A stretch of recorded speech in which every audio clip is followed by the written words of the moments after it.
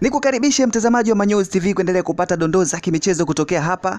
Bwana, siku ya leo ya Machi 8 mwaka 2026, siku ya Jumapili, klabu ya soka ya Simba Sports Club kupitia mzabuni wake anayehusika na kutengeneza na kuuza jezi za klabu hiyo, Jairut, imeweza kutimiza ahadi yake iliyotolewa na mkurugenzi wake Mr. Joseph Rwegasira wakati akijiunga na klabu hiyo ya kukabidhi magari kwa wachezaji wa klabu hiyo, ambapo kwa leo hii imetimiza takwa lake hilo na kukabidhi magari matano kwa wachezaji watano ambao wamejiunga na klabu hiyo hivi karibuni katika usajili wa dirisha dogo.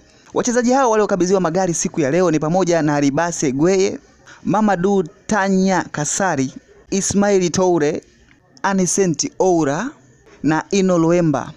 Magari hayo yametolewa kwa wachezaji hao ili kuongeza motisha na chachu kwa wachezaji hao kuendelea kuipambania klabu ya soka ya Simba Sports Club katika michezo ambayo inaendelea kupambana nayo katika ligi mbalimbali za hapa nchini Tanzania.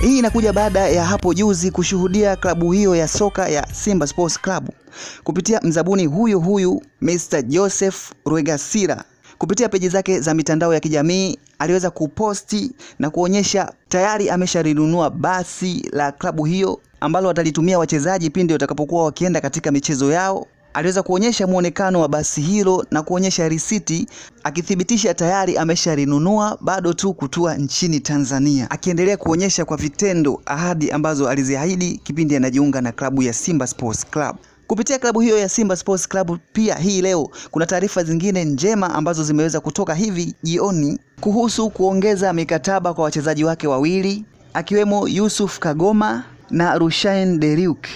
Wameongeza mikataba ya kuendelea kusalia katika klabu ya Simba Sports Club, ambapo kwa upande wa Yusuf Kagoma ameongeza mkataba wa kuendelea kusalia katika klabu hiyo kwa kipindi cha miaka miwili, huku kwa upande wa Rushaine Deriuk akiongeza mkataba wa kuendelea kusalia katika klabu ya Simba Sports Club kwa mwaka mmoja.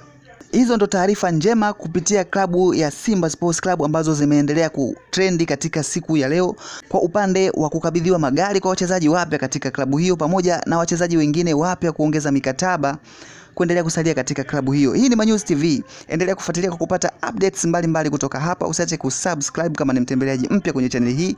Endelea kushare, kulike pamoja na kucomment. Tukutane tena hapo baadaye.